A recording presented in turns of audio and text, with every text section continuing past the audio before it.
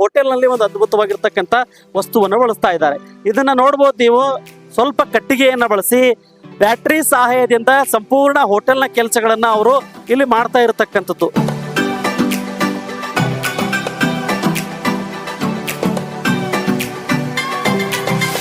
ಇಲ್ಲಿ ಅನಿಲ ಸಮಸ್ಯೆ ಎಷ್ಟರ ಪ್ರಮಾಣದಲ್ಲಿ ಕಾಡ್ತಾ ಇದೆ ಅಂತ ಎಲ್ರಿಗೂ ಗೊತ್ತಿದೆ ಇಡೀ ದೇಶದಲ್ಲಿ. ಯಾಕಂತ ಕೇಳಿದ್ರೆ ಇರಾನ್ ಮತ್ತು ಅಮೆರಿಕ ಯುದ್ಧದ ಸಮಸ್ಯೆಯಿಂದಾಗಿ ದೊಡ್ಡ ಪ್ರಮಾಣದಲ್ಲಿ ಗ್ಯಾಸಿನ ಸಮಸ್ಯೆ ಆಗ್ತಾ ಇದೆ. ಇದಕ್ಕೂ ಮುಂಚೆ ಮನೆ ಮನೆಗೆ ನಿಮ್ಮ ಗ್ಯಾಸ್ ಅನ್ನ ತಲುಪಿಸ್ತಾ ಇದ್ರು. ಈಗ ಸರತಿ ಸಾಲಿನಲ್ಲಿ ನಿಂತರೂ ಕೂಡ ಗ್ಯಾಸ್ನ ಸಮಸ್ಯೆ ಕಾಡ್ತಾ ಇದೆ.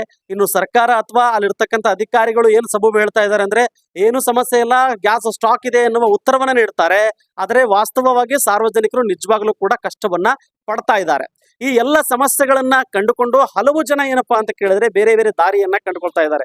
ಕೆಲವರು ಕಟ್ಟಿಗೆಯನ್ನು ಬಳಸಿದರೆ, ಕೆಲವರು ಎಲೆಕ್ಟ್ರಿಕಲ್ ಇಂಡಕ್ಷನ್ ಬಳಸ್ತಾ ಇದ್ದಾರೆ. ಇಲ್ಲಿ ಒಂದು ಹೋಟೆಲ್ ನಲ್ಲಿ ಒಂದು ಅದ್ಭುತವಾಗಿರ್ತಕ್ಕಂಥ ವಸ್ತುವನ್ನು ಬಳಸ್ತಾ ಇದ್ದಾರೆ. ಇದನ್ನ ನೋಡಬಹುದು ನೀವು. ಸ್ವಲ್ಪ ಕಟ್ಟಿಗೆಯನ್ನ ಬಳಸಿ ಬ್ಯಾಟರಿ ಸಹಾಯದಿಂದ ಸಂಪೂರ್ಣ ಹೋಟೆಲ್ನ ಕೆಲಸಗಳನ್ನ ಅವರು ಇಲ್ಲಿ ಮಾಡ್ತಾ ಇರತಕ್ಕಂಥದ್ದು. ಯಾಕಂತ ಕೇಳಿದ್ರೆ ಅನಿವಾರ್ಯತೆ ಇದೆ.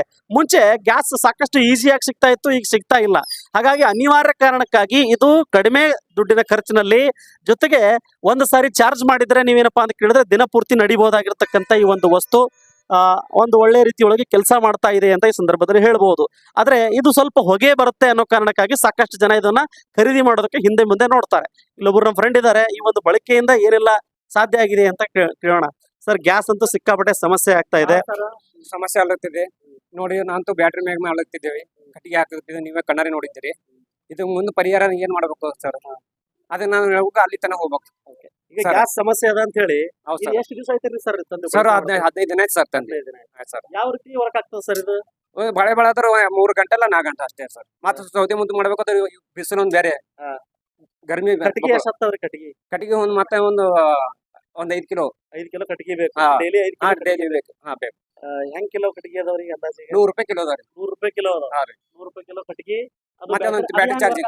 ಬ್ಯಾಟ್ರಿ ಚಾರ್ಜ್ ಮಾಡ್ಬೇಕು. ಚಾರ್ಜ್ ಮಾಡಕ್ ಸರ್ ಎಷ್ಟು ಗಂಟೆ ಮಾಡ್ಬೇಕು? ಮಿನಿಮಮ್ 4 ಗಂಟೆ ಚಾರ್ಜಿಂಗ್ ಮಾಡ್ಬೇಕು ಸರ್. 4 ಗಂಟೆ ಚಾರ್ಜಿಂಗ್ ಮಾಡಿ ಇದು ಒನ್ ಡೇ ನಡೀತದೆ. ಒನ್ ಡೇ ಪೂರ್ತಿ ನಡೀತದೆ ನಡೀತದೆ ಸರ್.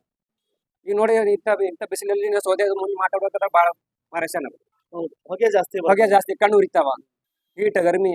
ಅಂದ್ರೆ ನಿಮ್ಗೆ ಇದು ಬಳಕೆಯಿಂದ ಏನಾದ್ರೂ ಬೆನಿಫಿಟ್ ಆಗ್ತಾ ಅನಿಸ್ತಾ ಇದೆನಾ? ಏನೇ ಸರ್ ಬೆನಿಫಿಟ್ ಇಲ್ಲ. ಗ್ಯಾಸ್ ಅನಿವಾರ್ಯತೆಯಿಂದ ಮಾಡ್ತಾ ಇದ್ದಾರೆ. ಅನಿವಾರ್ಯತೆ. ಯಾಕಂದ್ರೆ ಕಸ್ಟಮರ್ ಗಿಂತ ಇಲ್ಲ ಅಂತ ನಂಗೆ ಬರಂಗಿಲ್ಲ ರೀ. ಗ್ಯಾಸ್ ಇಲ್ಲಿಂದ ಅನಿವಾರ್ಯ ಪ್ರಾಬ್ಲಮ್ ಅದ ನೋಡಿ. ಇದಕ್ಕೆ ಶಾಶ್ವತವಾಗಿರ್ತಕ್ಕಂಥ ಪರಿಹಾರ ಏನು ಸಿಕ್ಕಿಲ್ಲ.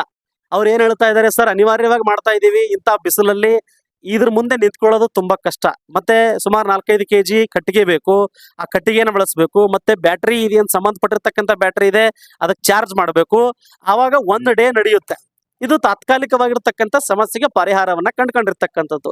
ಎಲ್ಲಿ ತನಕ ಗ್ಯಾಸ್ನ ಸಮಸ್ಯೆ, ಗೊಂದಲ ಮತ್ತು ಸ್ಥಳೀಯ ಏನ ಅಲ್ಲಿ ಅಧಿಕಾರಿಗಳು ಕೆಲಸ ಮಾಡ್ತಾ ಇದ್ದಾರೆ ಅಥವಾ ಗ್ಯಾಸ್ ಡಿಸ್ಟ್ರಿಬ್ಯೂಟರ್ಗಳು ಯಾವ ರೀತಿಯಾಗಿ ಸುಲಿಗೆಯನ್ನ ಮಾಡ್ತಾ ಇದ್ದಾರೆ ಅನ್ನೋದನ್ನ ನೀವೆಲ್ರಿಗೂ ಗೊತ್ತಿರ್ತಕ್ಕಂಥ ವಿಚಾರ.